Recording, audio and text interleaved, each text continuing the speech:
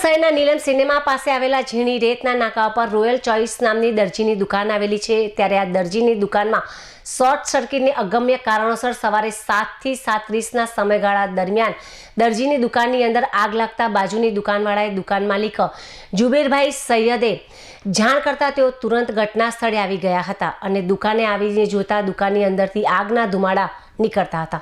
ત્યારે તેઓ હિંમતથી દુકાનનું શટર અધ્ધર કરતા દુકાનમાં આગ ઉગ્ર સ્વરૂપ ધારણ કર્યું હતું। તો આ આગમાં સિલાઈ માટેનું મશીન મટીરિયલ્સ અને ગ્રાહકોના કપડાં બળીને ખાખ થઈ જવા પામ્યા હતા।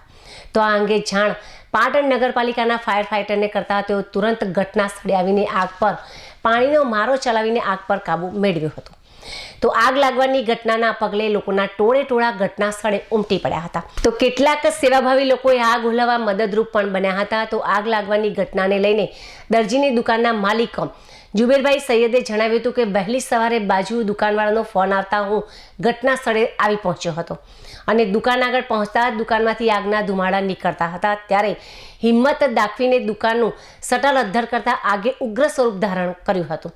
ત્યારે પાલિકાના ફાયર ફાઇટરને જાણ કરતા તેઓ તુરંત ઘટના સ્થળે આવી પહોંચ્યા હતા અને લાગેલી આગ પર પાણીનો મારો ચલાવીને આગ પર કાબુ મેળવ્યો હતો। તો આ આગમાં કપડાં સીવવાનું મશીન મટીરિયલ્સ અને ગ્રાહકોના કપડાં બળીને ખાખ થઈ જવાથી અંદાજિત રૂપિયા 50,000થી વધુનું નુકસાન થયું હોવાનું તેઓએ જણાવ્યું હતું। સવારે હું ઘરે હતો, પાડોશીએ જાણ કરી મને, પછી હું અહીં આવ્યો, શટલમાંથી આગના ઘૂંટા નીકળતા હતા।